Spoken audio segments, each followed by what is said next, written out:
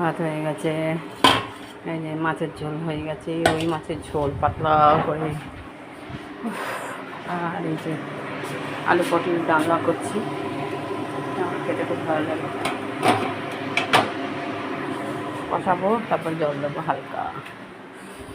ভীষণ গরম, ভীষণ গরম। আমগুলো এখনও পাকেনি, 3খানা আম।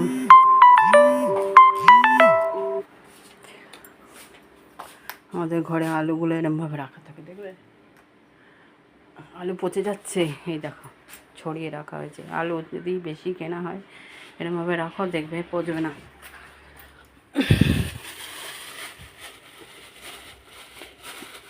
একটার উপর না করে এবারে এসে গেলে তো ভালো থাকে, নাহলে পচে যায়। ঠিক আছে, পরে আসবো।